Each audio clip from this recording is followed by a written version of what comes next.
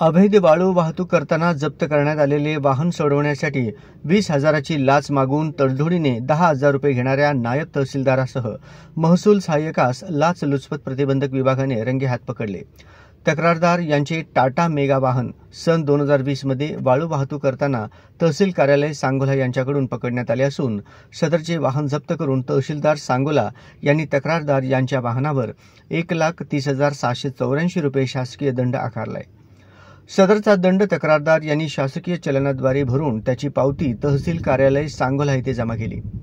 वाळू वाहतुकीच्या अनुषंगाने जप्त करण्यात आलेले वाहन सोडविण्याकरिता उपविभागीय अधिकारी मंगळवेढा यांची परवानगी आवश्यक असल्याने तक्रारदार यांनी उपविभागीय अधिकारी कार्यालय मंगळवेढा येथे वाहन सोडण्याबाबतचा अर्ज सादर केला असून सदर अर्जावरून तक्रारदार यांचे वाहन सोडण्याची परवानगी देण्याकरिता उपविभागीय अधिकारी कार्यालय मंगळवेढा येथील प्रकाश सगर, नायब तहसीलदार विवेक ढेरे, पद महसूल सहाय्यक यांनी तक्रारदार यांच्याकडे स्वतःकरिता तसेच उपविभागीय अधिकारी मंगळवेढा यांच्याकरिता म्हणून 20,000 रुपये लाचेची मागणी करून तडजोडी अंती 10,000 रुपये लाच स्वीकारण्याची संमती दर्शवली।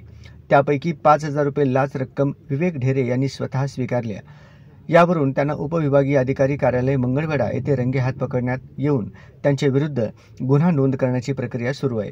सदरची कारवाई उमाकांत महाडिक, पोलीस निरीक्षक ACB सोलापूर, पोलीस अंमलदार अतुल धाडणे, सलीम मुल्ला, स्वामीराव जाधव, राहुल गायकवाड, नेमणूक लाप्रवी सोलापूर यांनी यशस्वीरित्या पार पाडली आहे।